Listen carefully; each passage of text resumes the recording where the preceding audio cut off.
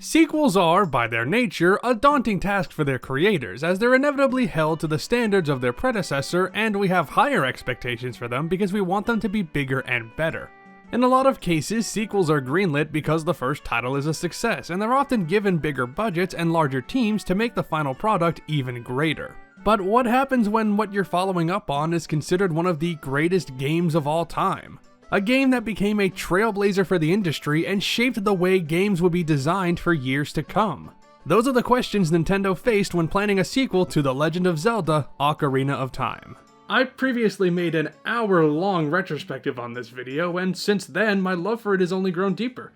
I started getting into Ocarina of Time Randomizer, which made me appreciate the base game even more. So much so that I even wrote an article about it, which you should check out if you haven't already. The link is in the description.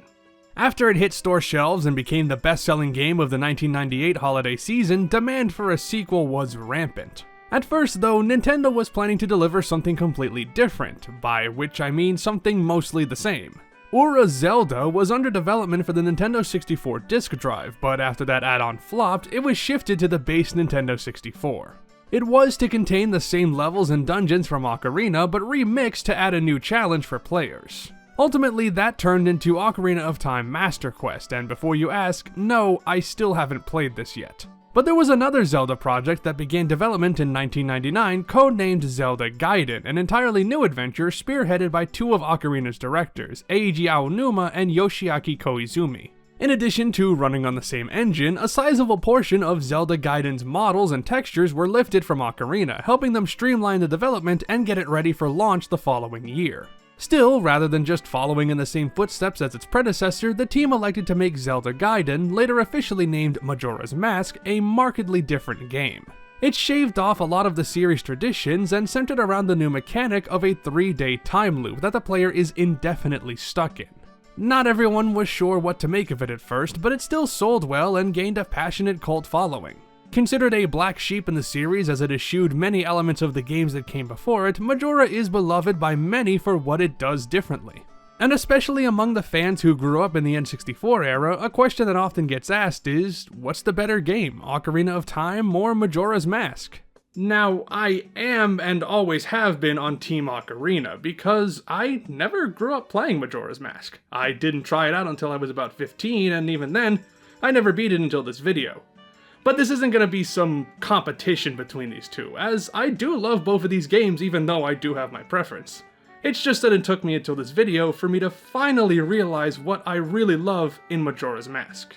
Before we continue though, I should mention that just like Ocarina of Time, Majora's Mask was ported to the 3DS by Nintendo and Grezzo. It features the same improvements to the base gameplay that Ocarina 3D had, while also making some significant content changes this time. Some items have swapped locations or have been added or removed entirely, new areas have been added, and the save system is entirely different.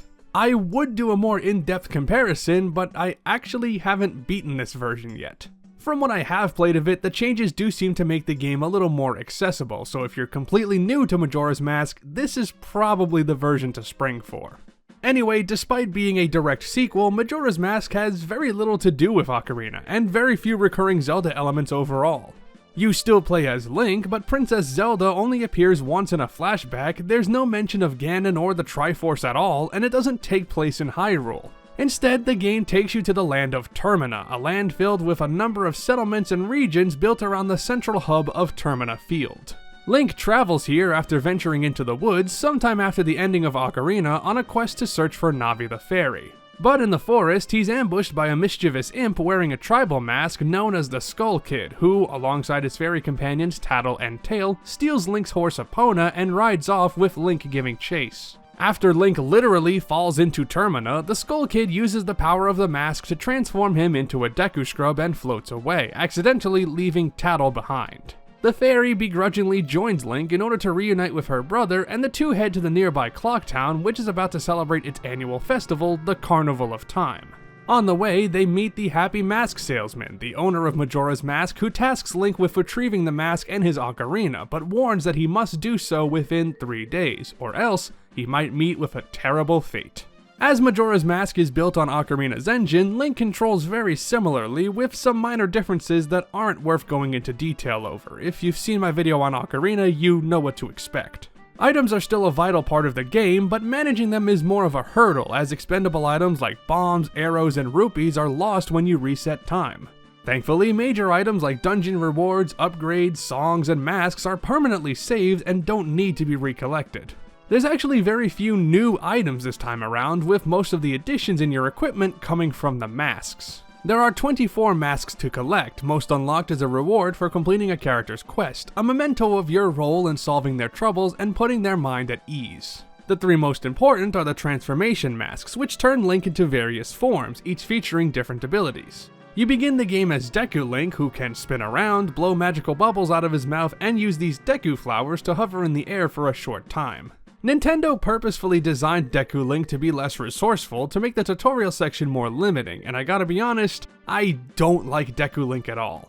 You use it a lot through the first dungeon, and because of his relatively slow speed and lack of any powerful attacks, switching to this form constantly feels like a chore more than anything else. Thankfully, the other transformations are much better. The Goron mask not only gives Link more strength, but also a large amount of weight and speed with the Goron Pound and Rolling respectively.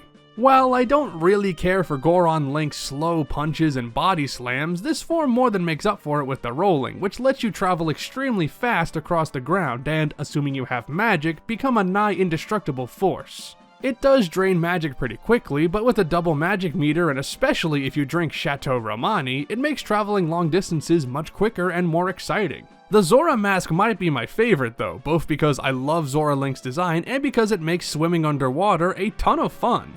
Movement is much more fluid, pardon the pun, and with this form's cutters and electrical barrier attacks, it's great on offense as well. As for the other masks, the majority are purely for puzzle solving or unlocking specific events and dialogue, and if you're not trying to collect everything, you can skip most of these no problem.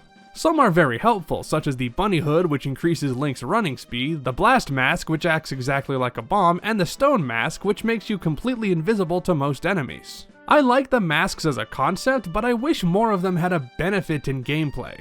I understand they're supposed to have more of a thematic meaning more than anything else, but with some making for excellent upgrades to Link's arsenal, the rest can't help but pale in comparison. For something that ties into the central concept of the game, they honestly don't feel like anything special.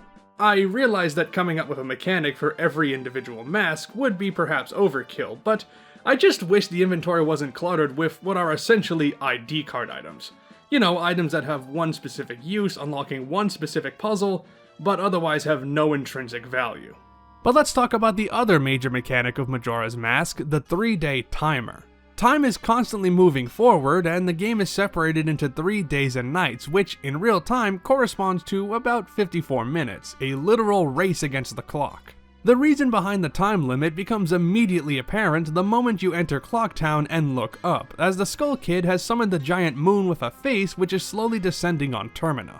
If the timer runs out, the moon will completely destroy Termina and the game will send you back to the beginning of the cycle, with all your progress on that cycle erased. To defeat the Skull Kid, you need to travel to the 4 major areas of Termina which are suffering from some plague or devastation, find the items you need to help the people overcome their problems, open the path to the region's temple, clear out the temple and defeat the boss, retrieve the remains of that boss to release one of the 4 giants who are the only ones capable of stopping the moon, and then coming back to Clock Town on the night of the final day to summon the giants and prevent the moon from crashing into Termina.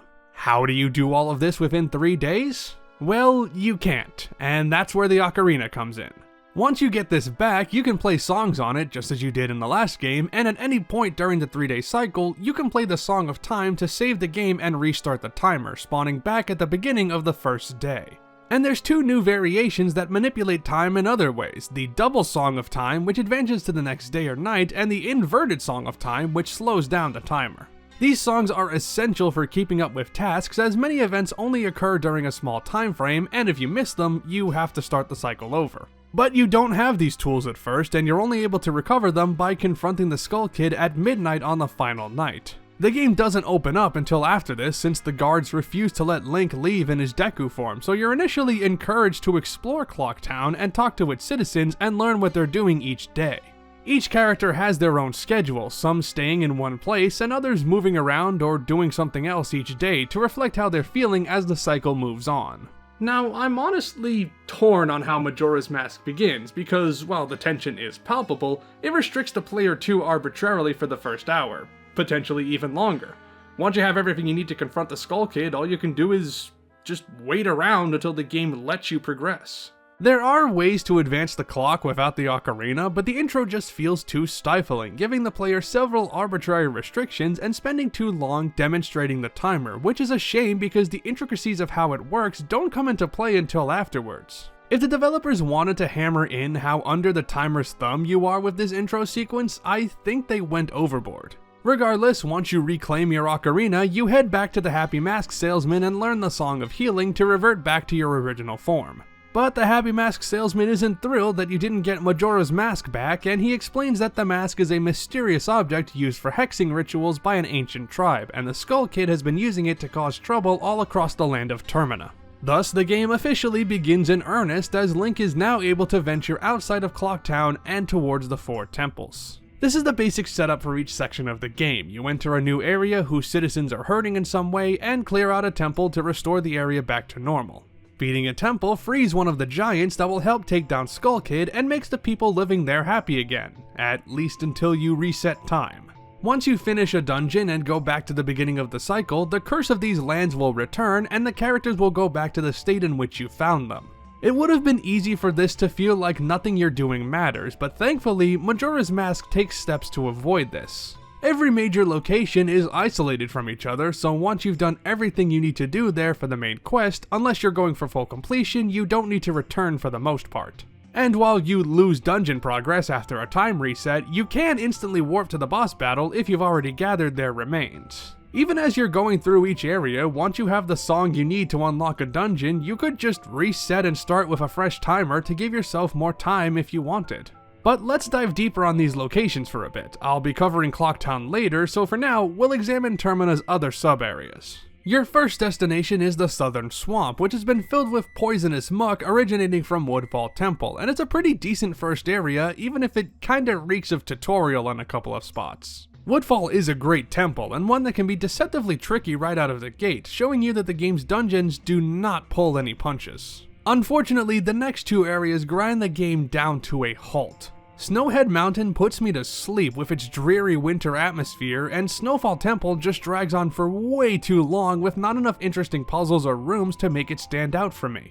I don't really mind Great Bay Temple that much, as I actually like the challenge presented here, even with switching the water flow, but it's getting to the temple that absolutely sucks. Collecting the Zora eggs from Great Bay in the Pirates Cove and Pinnacle Rock just feels like it takes forever, even with a full set of bottles to get them all at once. Lastly, there's Stone Tower Temple in Ikana Valley, which also takes an eternity to get to, more than it's really worth. Curing the spirits in Ikana Valley, traveling through an underground maze to get to Ikana Castle, which is basically a miniature dungeon in its own right, then climbing up to the temple using the Elegy of Emptiness is exhausting.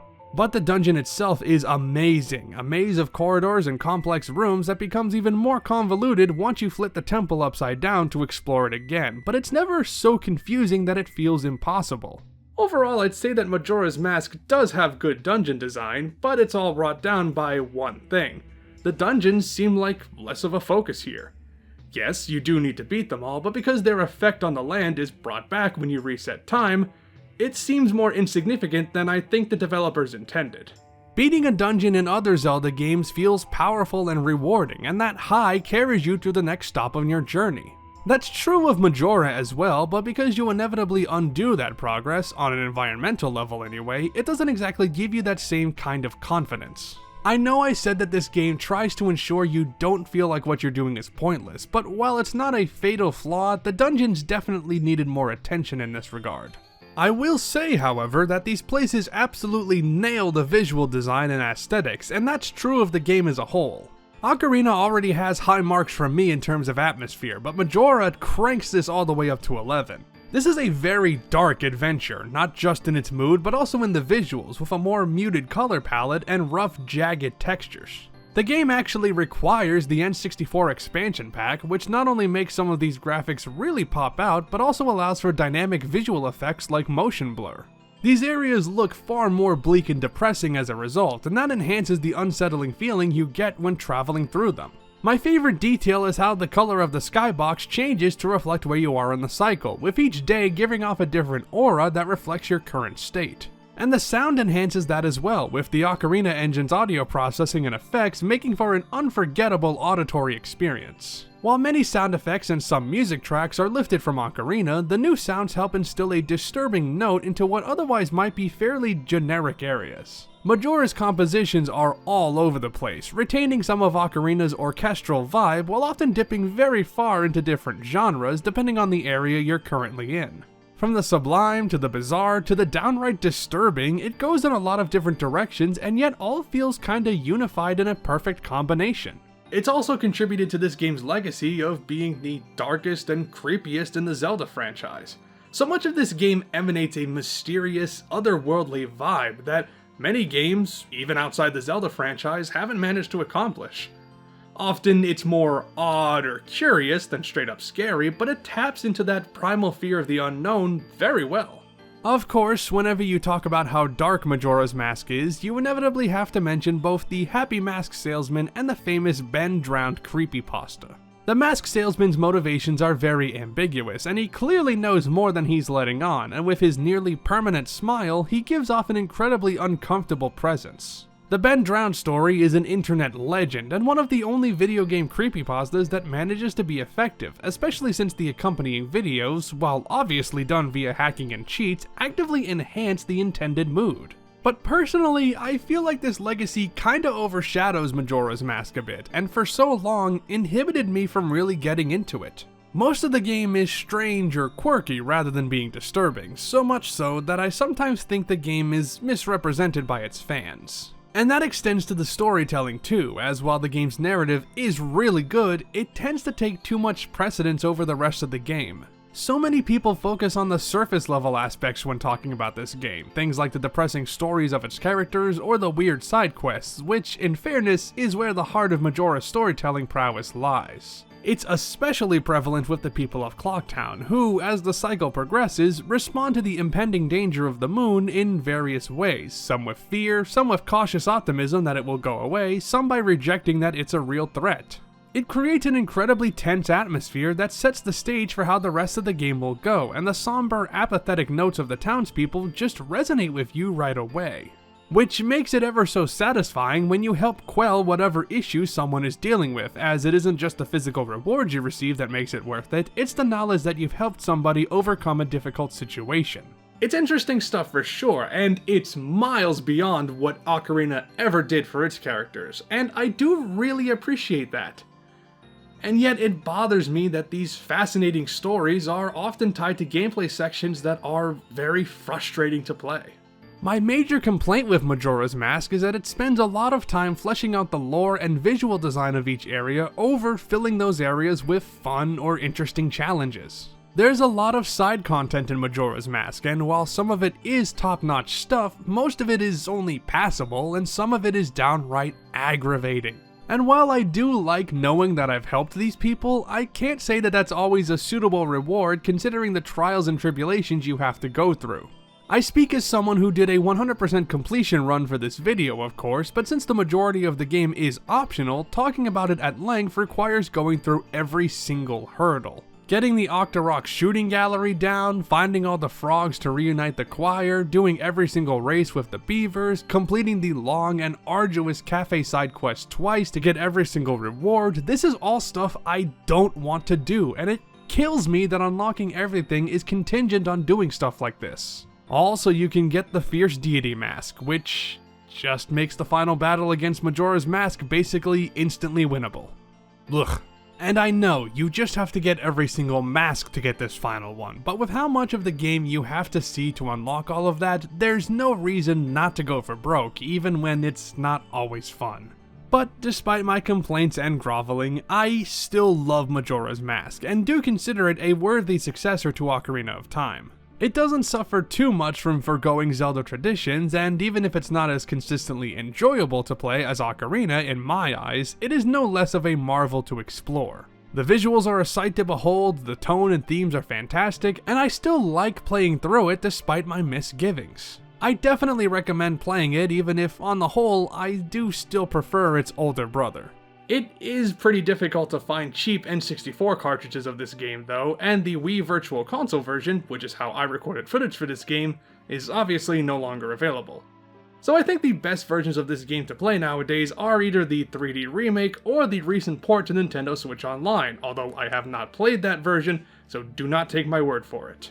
With this game now squarely under my belt, I really want to try to get more into the Zelda series. Beyond this and Ocarina, the only other Zelda game I've beaten was A Link to the Past, which I enjoyed quite a bit, and beyond that, I've only ever played Zelda 2, a tiny bit of Phantom Hourglass, Skyward Sword, and Breath of the Wild. I'd love to jump back into those last two again, and other titles like Wind Waker and Twilight Princess are also on my radar. Zelda is a series I want to cover more on this channel, so let me know what games in the franchise you'd like to see me tackle. And while you're at it, if you enjoyed this video, give it a like, leave a comment, and make sure to subscribe and click that bell to be notified whenever a new video goes live. Want to help support the channel and see videos before they go public? Then head on over to the CloudConnection Patreon. You only need to contribute $1 a month to join. Until next time, this is CloudConnection signing off.